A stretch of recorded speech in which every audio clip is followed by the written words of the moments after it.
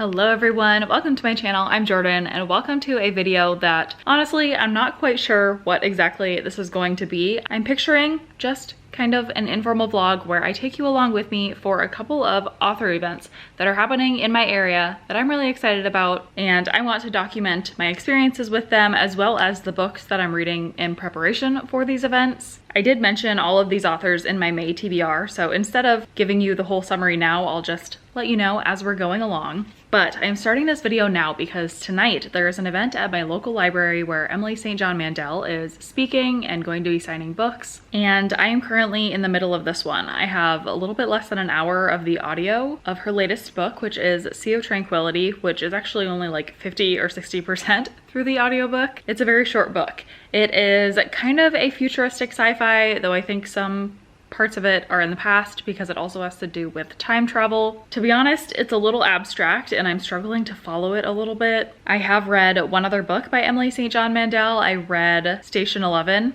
Did not love it. So unfortunately, my reading experience with Emily St. John Mandel books is not great. However, I am still very excited to go and see her speak. Even if I don't love an author's books, there is something about hearing an author talk about their love for writing, their process, and everything that goes into being an author that completely fascinates me, and that I don't need to like their books to appreciate what they're saying. And I'm thinking this will be the same way, because one thing that I can say about Emily St. John Mandel is that she comes off as very intelligent through her books. Both of the books that I've read from her so far have felt like they're going over my head, which honestly I can respect. But I just wanted to intro this video to say that I'm currently reading this book. I'm going to that event tonight. I am planning on including some B-roll, if I can get it, of the actual event. And then I thought I would come back and just recap kind of the experience, if it changed any of my thoughts about her books. I will finish this one tonight before the event, so I'll give my full review on my most recent read of her book. And then after this event tonight, there are 2 more author events happening in the next 2 weeks that I'm thinking I'm just gonna do the same thing for, so that I can have this nice little collection of author events in my memory and documented in video form, be able to remember them for myself and also share the experience a little bit to people who may not have author events near you, or maybe you're particularly interested in these specific authors and want to hear a little bit about what they're talking about in their talks. So that's the idea. I'm gonna go ahead and work on finishing up this book. I'm gonna go get my kids, bring them to my parents' house for babysitting. I will grab myself some dinner and maybe even an afternoon coffee, and then we will go and meet Emily St. John Mandel.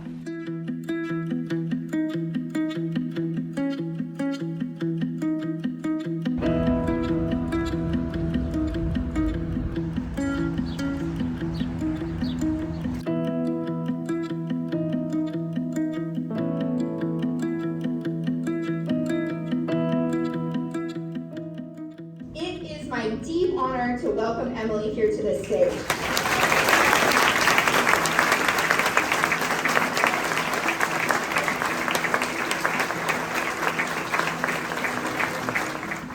Now, you've sort of, not only do you have multiverses in this book, you've sort of created this multiverse, this Mandelverse, the Mandelverse, as people are calling it.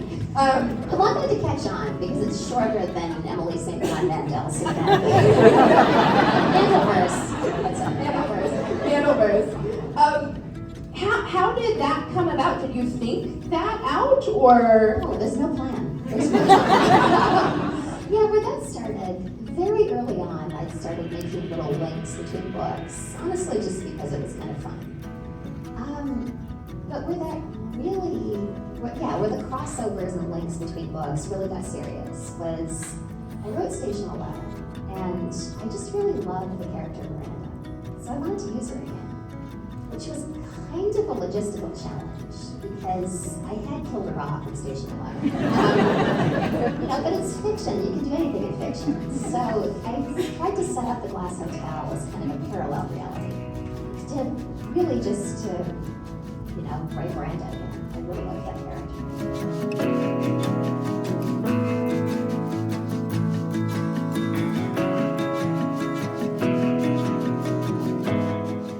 All right, excuse the atrocious lighting, but it is almost 10 o'clock p.m. You can't see that at all, but I just got home from the Emily St. John Mandel event and it was really good. As a person, she absolutely lived up to every expectation that I kind of had going into this event. Not that I knew anything about her, but from reading 2 of her novels, I expected her to be extremely intelligent, and she was. She came off as extremely well-spoken and thoughtful, and I really enjoyed getting a little bit of insight into her life and her writing journey. She told some funny stories about her personal life, and yeah, the interview portion of the event was really, really good. Just a little bit more about Emily St. John Mandel as an author in case you also don't know much about her. She has written 6 novels up to this point. Her 3 latest ones are her most popular, so Station 11, The Glass Hotel, and Sea of Tranquility. I don't know about the genres for all 6, but those last 3 are all kind of speculative, sci-fi, dystopian, post-apocalyptic type books. They also all have characters that show up in her other books, and she did talk a bit about that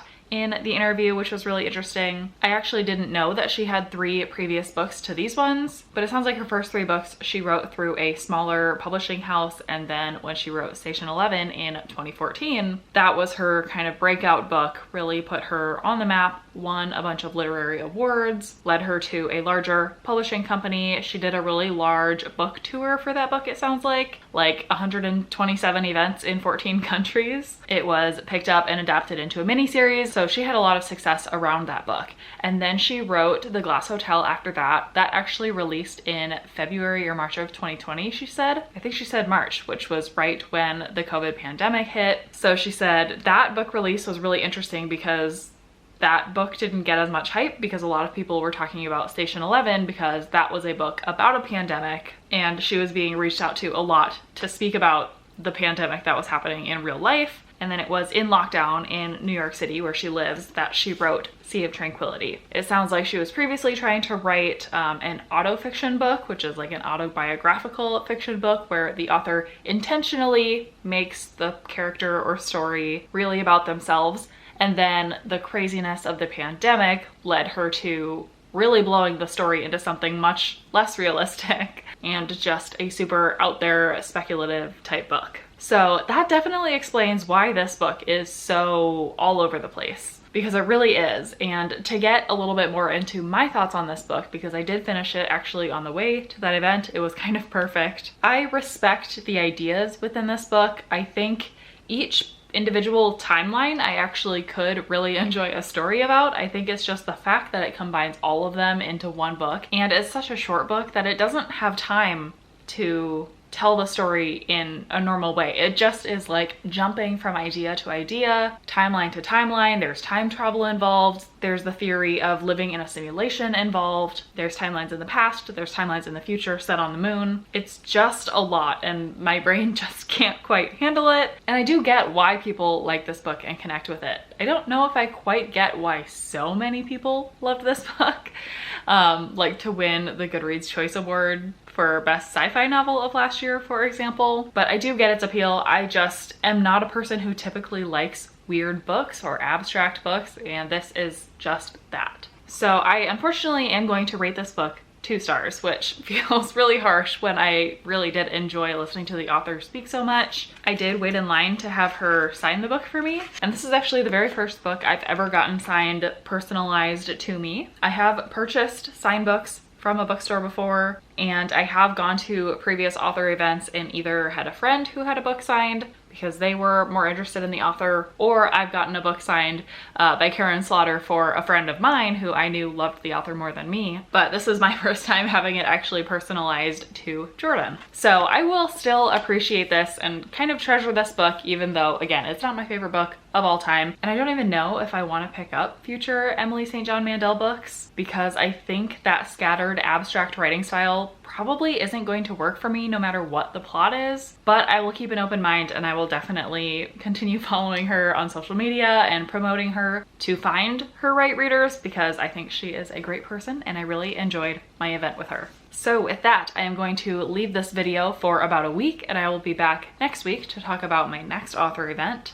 That is going to be Abby Jimenez. All right, everyone, hello. It's a few days later. I am back because tomorrow night is the night that I will be going to see Abby Jimenez. And I wanted to update because I have been reading Yours Truly, which is her most recent release. I am about 50% of the way through this book, so I thought I would give my kind of initial thoughts on the story and then do what I did last time and not give a final update until after the event happens so that I can talk about how she was and if that kind of influenced my opinion on this most recent book of hers or what. For a little bit of context, I have read 2 other Abby Jimenez books. I read Part of Your World, which is the companion novel to this one. It was published, I believe, last year in 2022. Adult contemporary romance. I really loved it. I gave it 5 stars. And this book follows a friend of the main character in that book. So I definitely wouldn't call it a sequel. I wouldn't say you have to read that book first, but it is always fun knowing kind of the references that are happening to other books in a companion series. And then I have also read The Friend Zone, which was her first ever book published, and it's the first book in a 3-book series. However, the first 2 are much more closely related, and you definitely will spoil part of the first book if you read the second one first. But anyway, I read that first one. I actually only gave that book 2 stars. I had some problems with it, and I can link to my Goodreads review if you're interested in reading more of the details. I don't really want to go into it here. I just wanted to kind of set the scene that I did read that first book, gave it 2 stars, read Part of Your World, loved it, gave it 5 stars,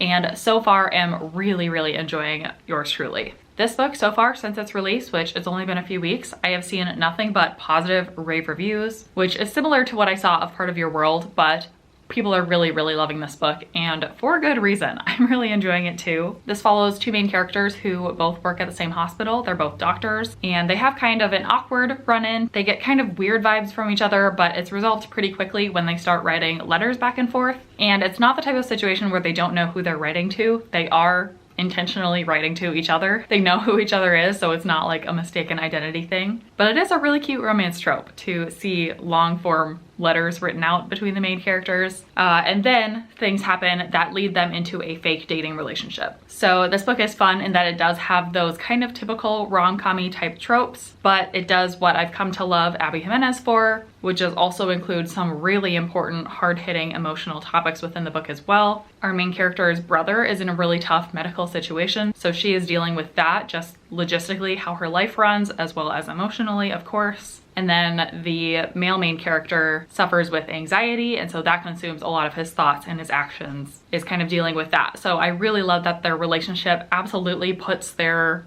real selves in the front. You know, they have quote unquote baggage. It's not baggage, it's just life, but it shows them working through those really difficult and real life issues when it comes to starting a relationship together, even if in this case it is a fake relationship. I am expecting that I'm going to continue loving this for the next 50% of the book, but we will see. You never know, things can change, twists can happen that can lower enjoyment. But I'm excited to finish this before tomorrow, go to that event to hear Abby speak. I think I'm going to be able to get this book signed by her. And then I also think I'm actually going to be meeting up with a friend, Danielle, who is also here on BookTube, and I've known her through online book clubs for a couple of years now. So that will be really fun to also meet a friend in person at that event. So just like last time, I will include a little bit of B-roll here of the event as much as I can get, and then be back with a final update on this book and how that author event goes.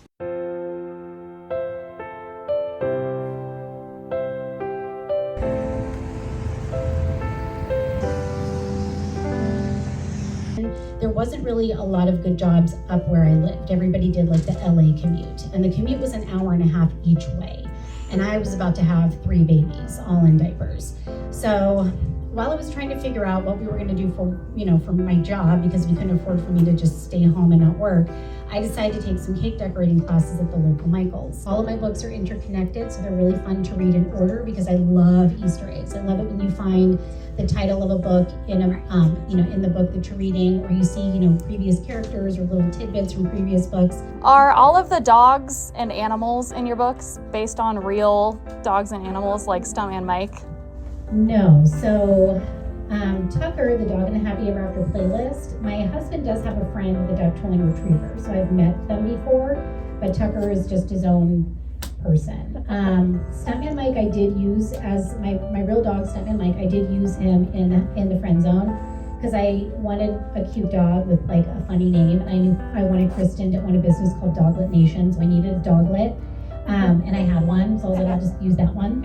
And then for Life's Too Short, I totally made up Harry Poppins. The geriatric toothless chihuahua in that book. There's a dog in all of my books. The dog in Part of Your World, Hunter, is based loosely on my dog Tess. But I needed Hunter to be sort of stupid, and Tess is not stupid. So I had to fictionalize that dog. And then in this book, we have a cat named Cooter, and we have a 3-legged Bernese Mountain Dog named Lieutenant Dan. And the dog in Just for the Summer is a Brussels Griffon with a missing ear. He's a rescue dog. He's got mange, and his name is Brad.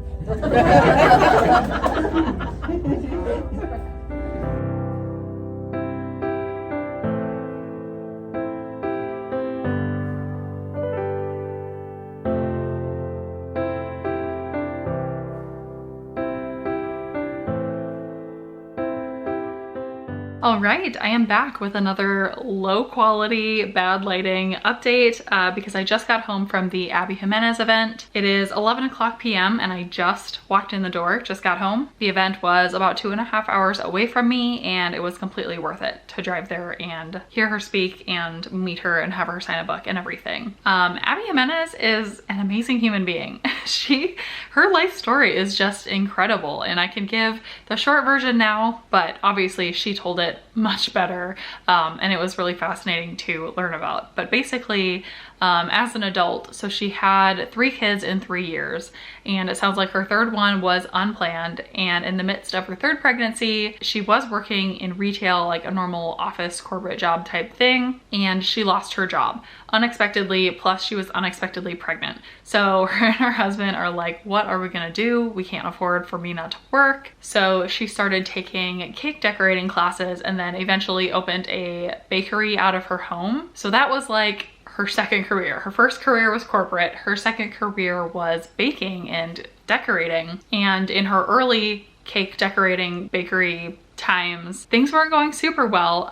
They ended up going $125,000 into debt to try and open up a storefront for her bakery and basically try to get themselves back onto their feet as a family financially. Luckily, they had a lot of success opening that storefront, ended up within a year making back that $125,000, paying off all of their loans, and being really successful in that. Then they planned spontaneously a cross-country move to Minnesota without having any family or contacts there. They just fell in love with the state, decided to move there.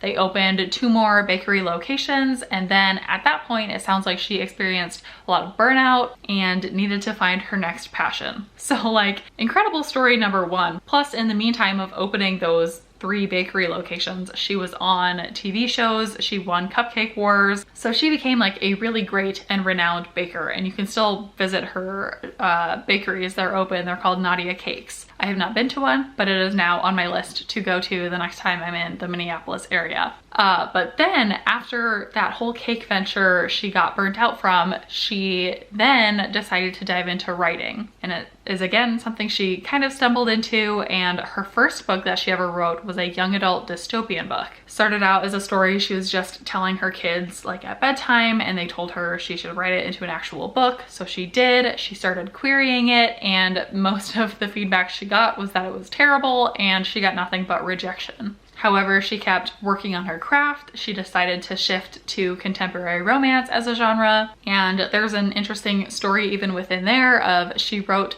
the second book in her first trilogy first and then went back and wrote the first book in the trilogy. She was facing again kind of constant rejections until finally actually 2 publishers showed interest in her books at the same time, ended up going to auction and getting in like a bidding war over her, and then the rest was history in terms of publishing 5 books now. I just think that is such a crazy story. It's a great story of resilience and, you know, following your passions and not giving up when you do face initial rejection, but it's also crazy that she's had now such success in 2 wildly different industries, and it just makes me think that anything she touches will eventually turn to gold. And yeah, I really thoroughly enjoyed that event. I did get my copy of Yours Truly signed by her, and so that was really fun. Also, something fun that happened at that event is I was able to meet up with a friend, Danielle. She has been a book friend of mine for a few years now. We've been in online book clubs together. She also has a YouTube channel, which I will link below, but it was really fun meeting her in person. She also was so sweet and gifted me 2 books that were on my wish list.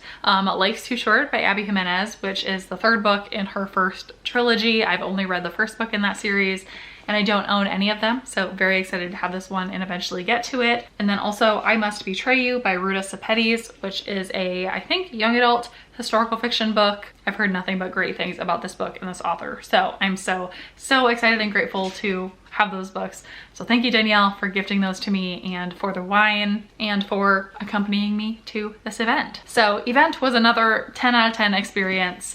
And this book, time to give my final thoughts on this book. So good.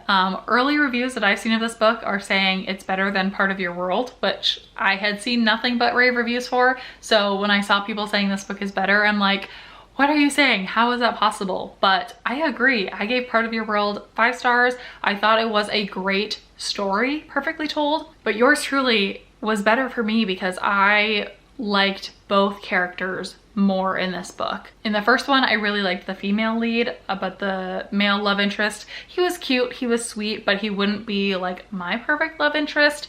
This one, I really liked seeing them work in the same industry. There wasn't like the small town cutesy part of it. They're both in, you know, high stress jobs. And this book also includes those hard-hitting topics that are absolutely staples of Abby Jimenez books. It was really interesting hearing her talk about how she does combine funny elements and humor into books that also are very serious and emotional, and I almost always appreciate that in romance books. This is no different. Anxiety representation is strong in here. I do not experience anxiety, so I can't speak to whether or not this is an accurate portrayal of that, but I have heard from friends and reviewers that it is very good representation, and a lot of people are feeling very seen by the portrayal of anxiety in here. There is also a lot of talk about kidney disease and organ donation, which is pretty cool.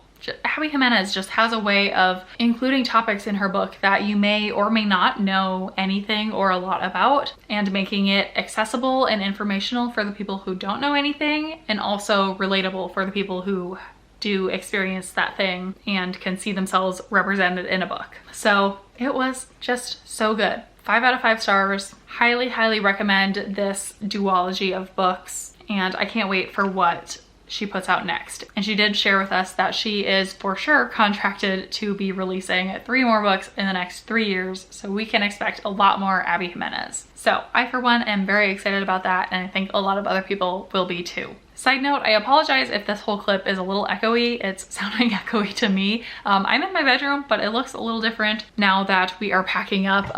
Normally there are dressers here and here. There's normally a TV on that wall. Our headboard is missing because we packed that up and moved it. So a lot less furniture to absorb sound, but this is packing and moving life. So who knows what things will look like next week when I give my updates before and after the Christina Lauren event with Denise Williams. I will be back to kind of intro that event and then again do a very similar kind of recap of that afterwards. And I'm really excited for how these events have been going, and just reaffirming my love for hearing authors talk about their craft and their work, and getting to know them a little bit as people. So I will talk to you again next week. All right, hello friends. Apologies for the not great lighting and background and everything. I am coming at you 15 minutes before the next author event that I'm attending. So I thought this would be a good time to give the little pre-update. And actually, let me see if I can turn down, okay, making it a little less crazy bright. I thought this would be an okay time to update, and apologies if I'm looking up self-consciously and I saw suddenly like stop myself to hide from people walking and driving by, but I am parked like right in front of where the event is happening. So first I wanted to update, I can't remember if I mentioned at the beginning of this video, but this last event that I have is for Christina Lauren, which is an author duo who writes romance books. I have read several of their books, so I will go through my reviews of those, or my kind of general thoughts, but also at this event is going to be an author named Denise Williams, who is also a romance author, but she is actually from Iowa, which I did not know, and I had not heard of her before this event, but I have looked her up, and a few of her books have gotten really good general reviews, and specifically reviews from people I follow and am friends with on Goodreads have given them good reviews, so I wanted to try a couple of them out. So the first one I tried is called Do You Take This Man? And this is actually one of her lower rated books, so I didn't have super high expectations, and at the end of the day I didn't have super wonderful thoughts about it either. It was just generally fine. It was a very cutesy, light and fluffy romance, which is not usually my taste, about two people who find themselves working together within the wedding industry, which I thought was fun. I liked the wedding aspects, but there was nothing really substantial about the story, so I think I gave that one 3 stars. And then I just finished, actually today, reading How to Fail at Flirting, of course by Denise Williams. And this book has gotten generally a little bit better reviews, so I had some high expectations, and I am glad to say I liked it even more than the first book.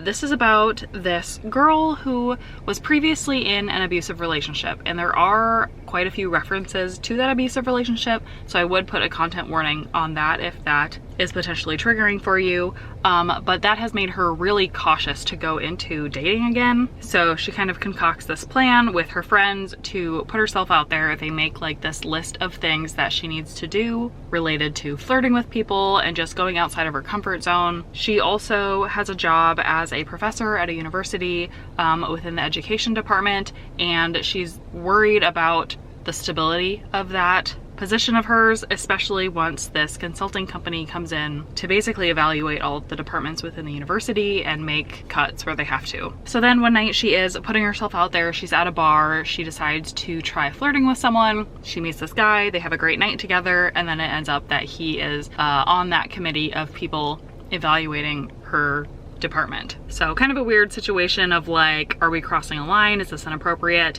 I really liked this book. I did like the more hard-hitting topic of that previous abusive relationship. I thought it added some seriousness to the book that I usually appreciate in romances. There are people trying to park behind me and looks like they're having trouble, but okay, what else was I gonna say? I also liked the talk of their professional work and working together and what they're trying to do for this university. I liked that as kind of a conflict for them. What I didn't love is that the title of the book is called How to Fail at Flirting, and she makes this whole list, and yes, she does work through that, but like the very first guy she tries to flirt with is this guy, and it is wildly successful and is the one she ends up with. So I don't feel like there was enough failure there to justify the title of the book and using that as like its trope and its pitch. But that is pretty minor, so overall I am going to give this book 4 stars. All right, quickly diving into Christina Lauren books that I've read. I have a variety of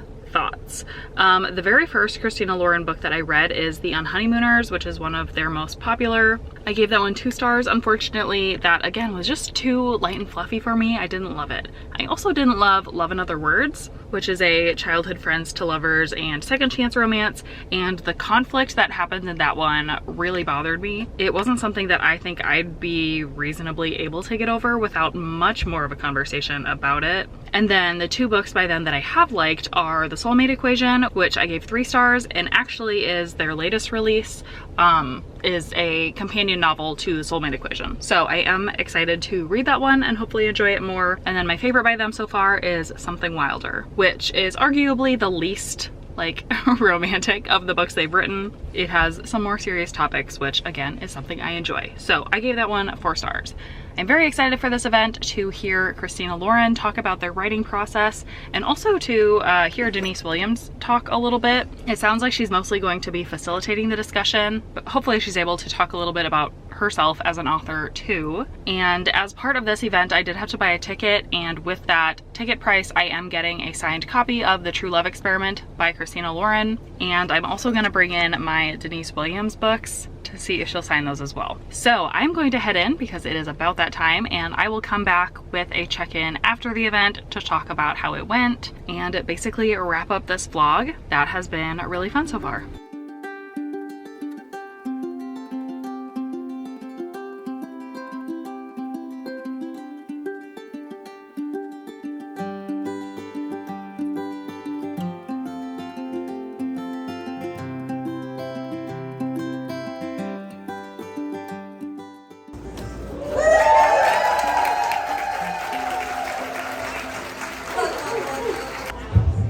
This room is so much bigger than I thought it was. All right, 1, 2, 3, 4. Does not drive a bus. I'm guessing she works at Living History Farms. All right, 1, 2, 3, 4. Does not happen at Iowa State. So bartending school. Denise now lives in Iowa with her husband, son, and 2 ornery Shih Tzus who think they own the house. How to Fail at Flirting was her debut novel, and she can usually be found reading, writing, or thinking about love stories. Please give Denise a round of applause. Thank you so much for being here.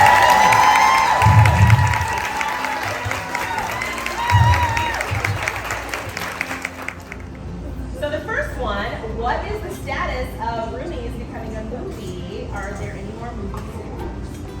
Okay, so a few.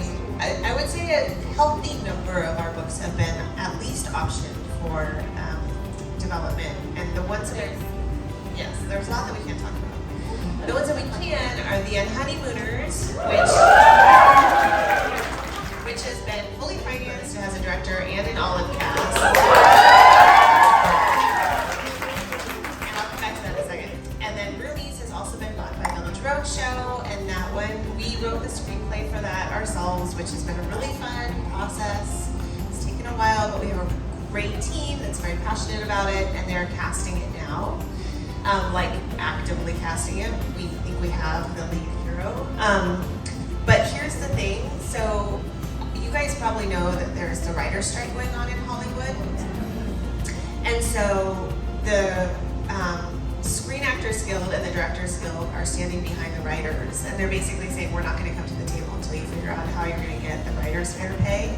So the August shooting date for On Honeymooners is probably not going to happen, but I have faith that it will be picked up after everything is resolved. But I do want to just say a little sidebar if I could, which is like we could not have predicted that the strike would coincide with the release of Fizzy, but a weird sort of these two things have sort of dovetailed in a way that makes me want to say there is a reality show in The True Love Experiment, which is fun, but also one thing that networks are really going to start to do is rely on unscripted television because it doesn't require a writer's room. They don't have to pay writers for reality TV.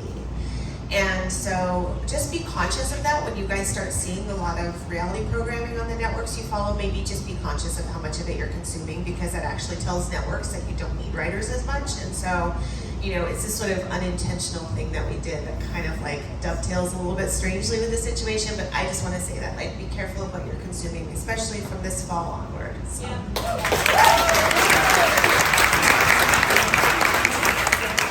Hello, I am back with another car update, this time with a completely full minivan because I am actually on my moving drive right now. We have finished packing up our entire house. My husband drove the last U-Haul up. I stayed back to clean the house and have everything else that we needed to move in the car, and I'm driving up to North Dakota right now. Actually, last night was editing this video and realized I never did a recap of the Christina Lauren event, and that's just because my life got a little crazy. Actually, at the end of that event, I had to go pick up my husband from the airport, so I had to leave the event a little bit early, which kind of threw off my plans. He did have a different ride arranged, but then that fell through, so I had to go get him. So I still had a really great time at that Christina Lauren event. I just wish I would have gotten to stay there the whole time. So let's recap the event. Obviously, Christina and Lauren are the author duo that were featured at this event. It was hosted by a local indie bookstore in the area that I used to live, and it was very clear that they were very excited to host the event, which I think is awesome. They went all out in terms of planning it. It was held at a brewery, which was really cool. I had never been to that brewery before. They had a signature drink inspired by Christina Lauren's new novel, which I did try, and it was really good. I also did try one of the beers that was brewed by that brewery. So I had some good drinks. They also had gift bags for every attendee. So in that gift bag, I got a signed copy of The True Love Experiment by Christina Lauren. And then they also had some fun little like art prints in the bag that I wish I didn't already pack away or I would show you, as well as a really fun pen with like a little pom-pom thing, again, inspired by the cover of The True Love Experiment. So that was really adorable, and I'm really glad that I got that as part of the event, especially because I did have to leave early. So I'm glad to have gotten a signed copy from that I didn't have to wait in line for, but I still have the signed copy to kind of commemorate that event. The first thing that happened at the event is Christina and Lauren were brought out on stage with Rachel, the moderator, and we all played a big game of MASH, which is a fun like paper game that I definitely used to play when I was in like middle school, where you write down a bunch of options on a piece of paper and then narrow it down to what your life is going to look like. So the idea of what we were doing as a group was planning out the plot of Fizzy's next romance novel. Fizzy is the main character of The True Love Experiment, who is an author of romance books. So that was really fun as kind of an icebreaker to get the audience, you know, interacting with Christina and Lauren. And then they moved into a Q&A portion, so everyone in the audience could write down questions if they had them. And this is when Denise Williams came out on stage, and she was the one reading the questions and interacting with Christina Lauren for that portion. This part was really fun. I do wish there would have been just a little bit more of an intro with Christina and Lauren to, I guess, kind of talk about their background and their process as a writing duo. Maybe everyone else at the event already knew a lot about them, so it would have been redundant, but I don't know a lot about them. So I was really interested in like, how do they logistically write books as two people? They did talk very briefly about how they met each other through fan fiction and kind of their evolution through publishing, but I would have loved even more of like an overview of their stories. But that's okay if that's not, you know, what the intention of the event was about. The questions that they did get asked I thought were interesting. They seem like really fun people. They obviously care a lot about what they do. They have a lot of respect for the romance genre and for their readers, and I can definitely appreciate that. I also, again, wish that Denise Williams could have gotten featured a little bit more, like maybe a little bit of an intro about her as an author. It did sound like they had met each other before at least one event in New York City, so they had a nice dynamic between them on stage. But again, I don't really know much about Denise Williams, so it would have been fun for her to also be kind of introed and featured. Because I did leave early, I also didn't get to have Denise Williams sign any of the books of hers that I brought, but I now follow her on social media, and so I will keep an eye out for her future releases. And because she is native to Iowa, I think it's possible that she may do some more, you know, Midwestern book events in the future. So I will keep an eye out for her and see her at anything that pops up in the future. So with that, to kind of wrap up this video, I thoroughly enjoyed all of the author events that I attended. I would wholeheartedly recommend going to events like these if you have a local bookstore or library or festival or anything where there are authors coming. I recommend you show up because it's fun to get your questions answered. It's fun to learn a little bit more about these people as human beings and put, you know, faces to names and put personalities behind the books that you're reading, especially if they're books that you enjoy and love. But even if not, I feel like it's helpful to gain a little bit of perspective about what all goes into writing a book. Even if you didn't necessarily enjoy the book, maybe you can appreciate how it was written a little bit more. And it's also kind of fun to get, you know, books signed and have a collection of books that are special to you that have that little bit extra meaning attached. At least I find that to be true for me. I will definitely be continuing to keep an eye out for events like this in the future. My recommendation, if you live in an area where you don't think there's a lot going on, maybe just make sure you're following your local libraries and bookstores on their social medias. That's usually where they will post about events happening, as well as your favorite authors. That's something I've only recently started doing intentionally. I used to just only follow other bookish creators, but I think following authors is, one, of course, a show of support for them, them, but also how you're going to get notified when they are doing a book tour or a book event or something. I have not gone to any other big book like festivals, but that's kind of next on my list to go somewhere, whether I have to travel far away or whether it's something that ends up relatively close to me. I would love to see what it's like to be at a book event where authors are doing panels together, or like a big signing room with a bunch of authors together. I think that would be really fun to experience. So hopefully sometime in the near future I can make that happen. But regardless, this was a really fun past few weeks getting to listen to and meet some authors that I've enjoyed, and I'm glad to have captured so much of it on video that I did. But that is about all I have for this video. Please let me know if you have met any authors and what your experiences have been like. If so, I, so far, knock on wood, have not had anything even close to a negative experience meeting an author, but I guess you never know. Other than that, I don't think I have anything else. So thank you so much for watching this video, and I will see you in my next one.